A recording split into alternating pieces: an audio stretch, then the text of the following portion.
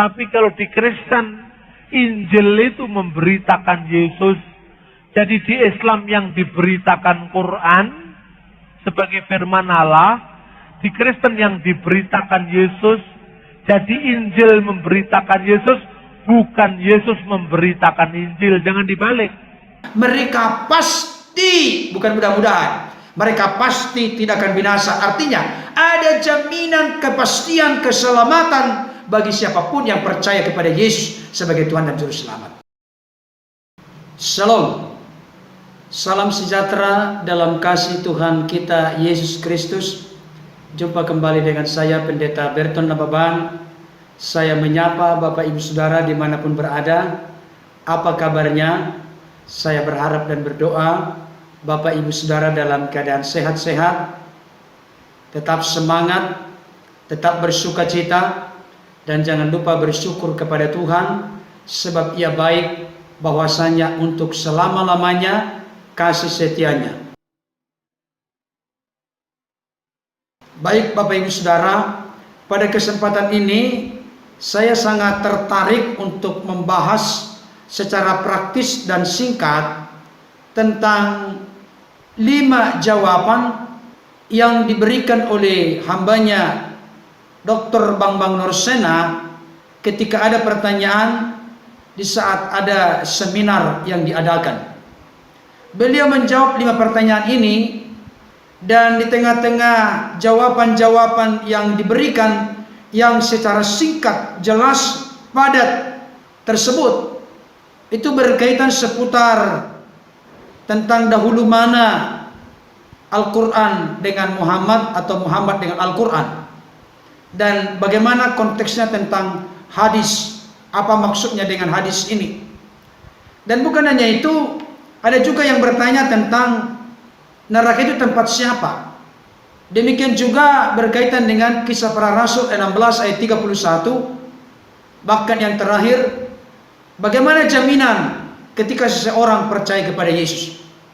Sebelum saya memberikan tanggapan tentang kelima pertanyaan yang dijawab secara lugas dan tuntas, singkat, jelas, padat dari hambanya Dr. Bambang Nursena, kita dengarkan dulu cuplikan pernyataan dari hambanya Dr. Bambang Nursena berikut ini.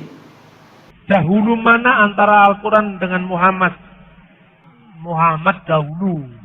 Secara historis, Quran diturunkan kepada Muhammad menurut pandangan Islam.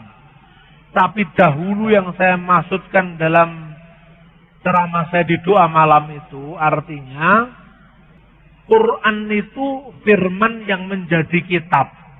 Secara prioritas Muhammad itu di bawah Quran, itu maksudnya. Jadi dahulu dalam prioritas. Muhammad itu diutus Allah memberitakan Quran. Tapi kalau di Kristen, Injil itu memberitakan Yesus. Jadi di Islam yang diberitakan Quran sebagai firman Allah, di Kristen yang diberitakan Yesus. Jadi Injil memberitakan Yesus, bukan Yesus memberitakan Injil. Jangan dibalik. Nah ini bedanya.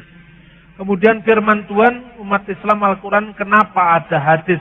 Hadis itu buku yang mengumpulkan tradisi, yaitu ucapan-ucapan, ketetapan-ketetapan hukum, dan juga perbuatan-perbuatan yang dilakukan oleh Muhammad.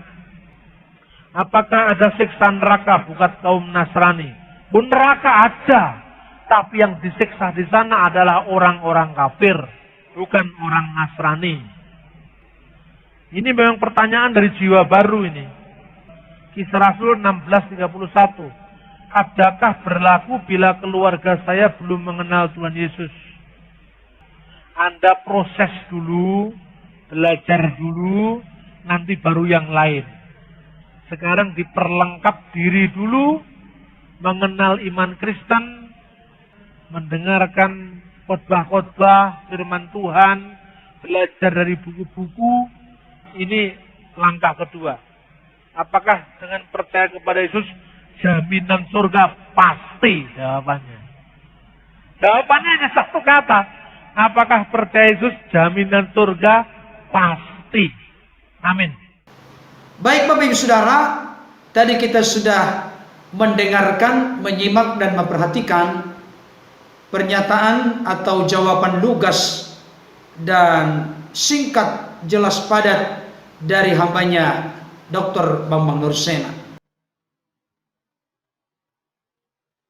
Kalau berkaitan dengan duluan mana Nabi Muhammad dibandingkan yang Al-Quran, beliau sudah menjelaskan secara historis maupun secara prioritas. Tetapi yang ingin saya tekankan di sini adalah salah kaprah.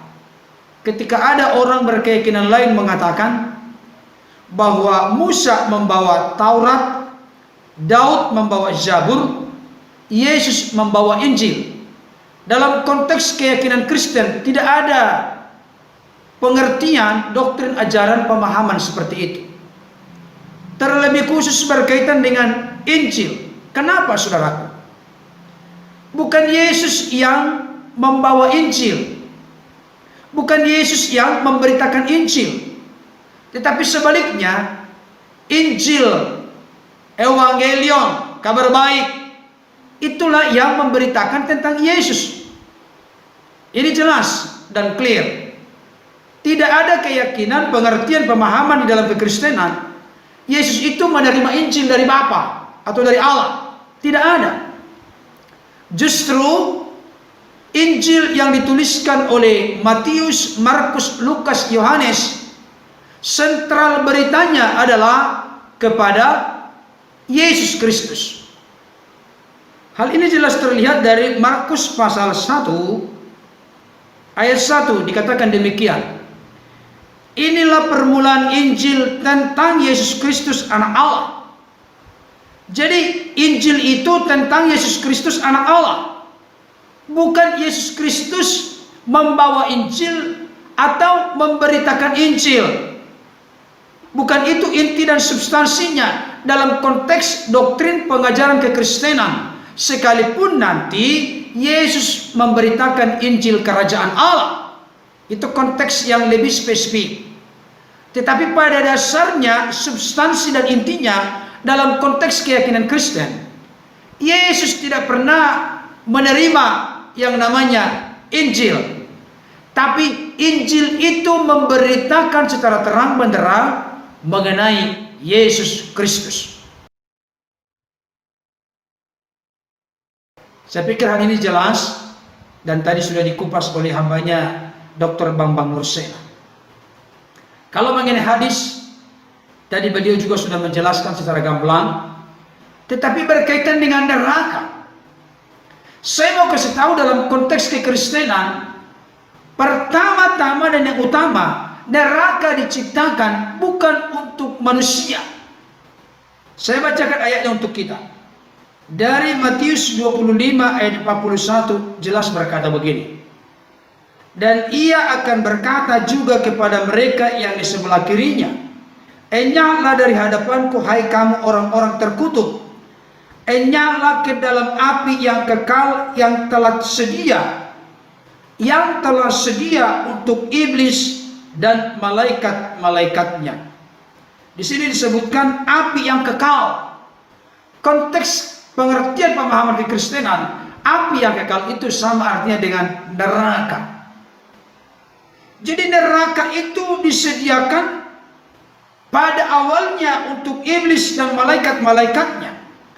Tetapi siapapun yang tidak percaya menerima Yesus sebagai Tuhan dan Juru Selamat, mereka juga ikut masuk ke sana bersama dengan iblis dan para malaikatnya. Itu jelas. Itu konsep dan itu konteks pengertian pengajaran kekristenan tentang neraka. Jadi orang-orang Kristen yang benar-benar percaya menerima Yesus sebagai Tuhan Juru Selamat dalam hidupnya dan terus setia melakukan kehendaknya, tidak mungkin atau mustahil ada di neraka. Tapi dia ada di dalam surga yang kekal. Karena apa? Ayat firman Tuhan jelas berkata, karena begitu besar kasih Allah akan dunia ini, sehingga ia telah mengaruniakan anaknya yang tunggal, supaya barang siapa yang percaya kepadanya tidak binasa, melainkan beroleh hidup yang kekal.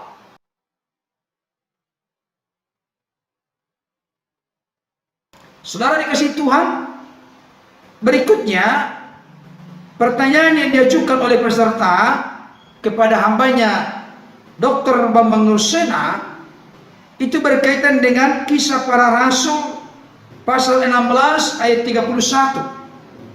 Memang ayat ini sering disalahartikan atau disalahpahami oleh orang Kristen. Bunyinya demikian. Jawab mereka, percayalah kepada Tuhan Yesus Kristus dan engkau akan selamat, engkau dan seisi rumahmu. Saudara, seseorang percaya kepada Tuhan Yesus Kristus, maka dia akan selamat. Dikatakan di sini, dia dan seisi rumahnya. Pertanyaannya, apakah misalnya ketika si A percaya kepada Tuhan Yesus Kristus, apakah itu otomatis menjadi jaminan keluarganya semua diselamatkan bersama dengan dia yang percaya? Tentu pengertiannya bukan seperti itu. Ketika seseorang misalnya si A dalam sebuah keluarga, dia percaya menerima Yesus sebagai Tuhan dan Juru Selamat, hidupnya bisa menjadi contoh, menjadi inspirasi, menjadi teladan dalam menunjukkan keimanannya yang benar kepada Kristus. Maka hal itu menjadi panggung atau kesempatan peluang bagi anggota keluarga yang lain untuk juga menerima kasih karunia anugerah keselamatan. Karena dia bisa menjadi kesaksian, dia bisa menjadi contoh bagaimana menjalankan kehidupan seseorang yang sudah percaya kepada Yesus sebagai Tuhan Juru Selamat dalam hidupnya. Artinya sudah ada peluang, ada jalan, ada kesempatan untuk menunjukkan demonstrasi iman yang hidup. Oleh karena dia telah pertama-tama percaya dari seluruh anggota keluarga yang ada. Dia menjadi berkat. Dia memberikan kesaksian. Dan tentunya dia bisa menjadi garam dan terang suratan Kristus yang terbuka yang dapat dibaca oleh keluarga yang lain. Bahkan dia bisa menjadi saksi di tengah-tengah keluarganya.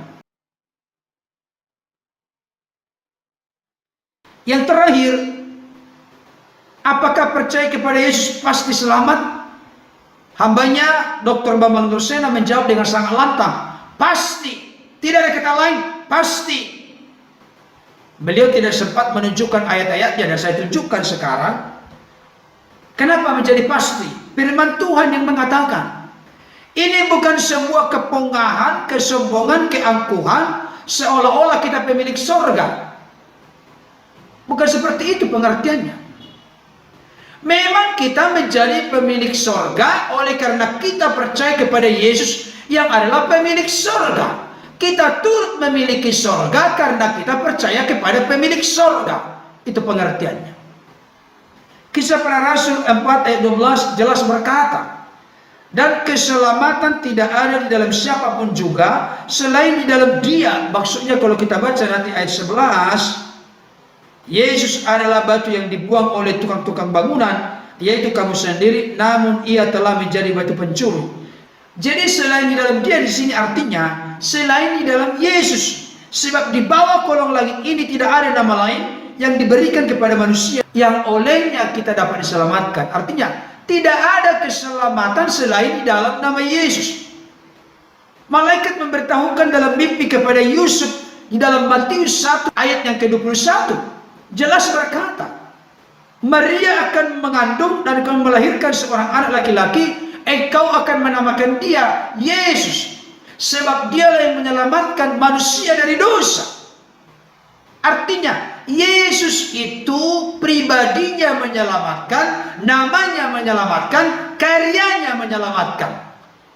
Percaya kepada nama Yesus, percaya kepada pribadi Yesus, tentunya keselamatan menjadi jaminan.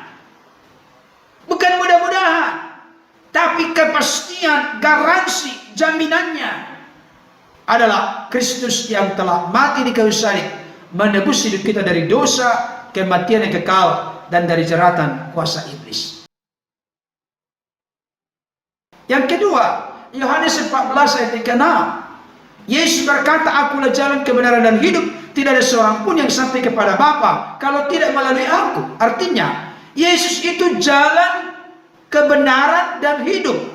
Kita bisa sampai kepada Bapa yang dipandang oleh Bapa sosok yang berkenan di hatinya di tengah-tengah dunia yang selama 33,5 tahun ada di dalam dunia ini. Hanya Yesus. Dan siapapun yang bersatu dengan Yesus, siapapun yang percaya menerima Yesus sebagai Tuhan Juru Selamat dalam hidupnya, maka tentu dia diperhitungkan benar di hadapan Bapa, benar di hadapan Allah, karena Yesus telah menyelamatkan hidupnya dari dosa, kematian kekal, dan dari jeratan kuasa iblis. Yang terakhir dari Yohanes pasal 10 ayat 28 dikatakan demikian. Dan aku memberikan hidup yang kekal kepada mereka. Perhatikan. Dan mereka pasti tidak akan binasa sampai selama-lamanya, dan seorang pun tidak akan merebut mereka dari tanganku. Saudara, di sini Yesus berkuasa, berotoritas, memberikan hidup yang kekal kepada murid-muridnya, kepada saudara dan saya, kepada siapapun yang membuka pintu hatinya, benar-benar percaya menerima Yesus sebagai Tuhan Juru Selamat dalam hidupnya. Mereka pasti, bukan mudah-mudahan, mereka pasti tidak akan binasa. Artinya ada jaminan kepastian keselamatan bagi siapapun yang percaya kepada Yesus sebagai Tuhan dan Juru Selamat. Kiranya pembahasan ini dapat semakin meneguhkan, menguatkan kita. Jangan pernah tinggalkan Yesus, tetaplah setia kepada Yesus selama hayat di kandung badan. Sama seperti semboyan Radio Republik Indonesia, sekali mengudara tetap mengudara, sekali menjadi orang yang percaya kepada Yesus sebagai Tuhan dan Juru Selamat selama kita hidup.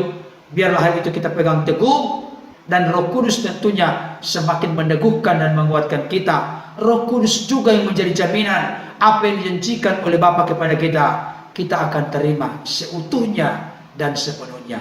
Tuhan Yesus memberkati. Amin.